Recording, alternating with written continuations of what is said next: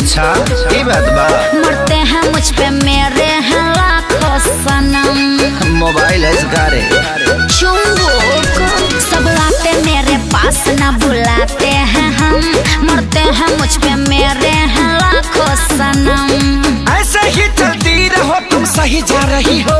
क्या ऐसे ही चलती रहो तुम सही जा रही हो। अच्छा बाजारे चा बाजार में ये रानी कुंवार में भतार वाला भतार वाला नाचा उठा रही हो।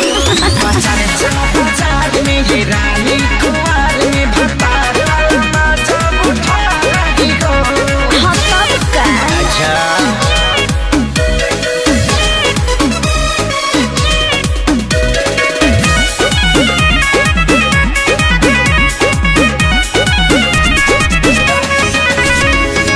सबके समझिले मोडया मिजाज हो। हमारा जवानी के अलगे बराज अरे हो। चूस गईले तो हर जूता जवानी तब बिक रहल बा तो हर जूठा जवानी। चीज ऐसन बा हमेशा बिकते रही। हमार सर गइल बा का। सबके समझिले मोडया मिजाज हो।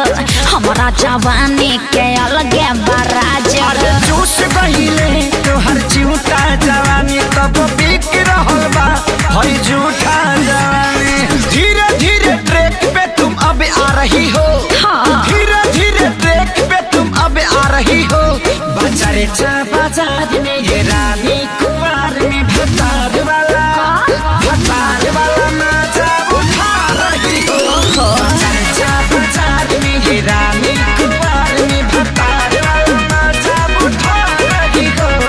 अरे टाइम बा उठावे दा।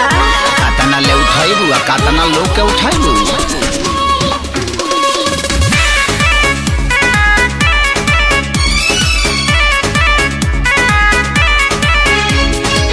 केहू न ऐसा जे पागल न प्यार में मार करवाइले हम त बाजार अरे में। छोड़ दी हले जब धके खेसारी हाँ। भर गइलू अजय बच्चन बबारी।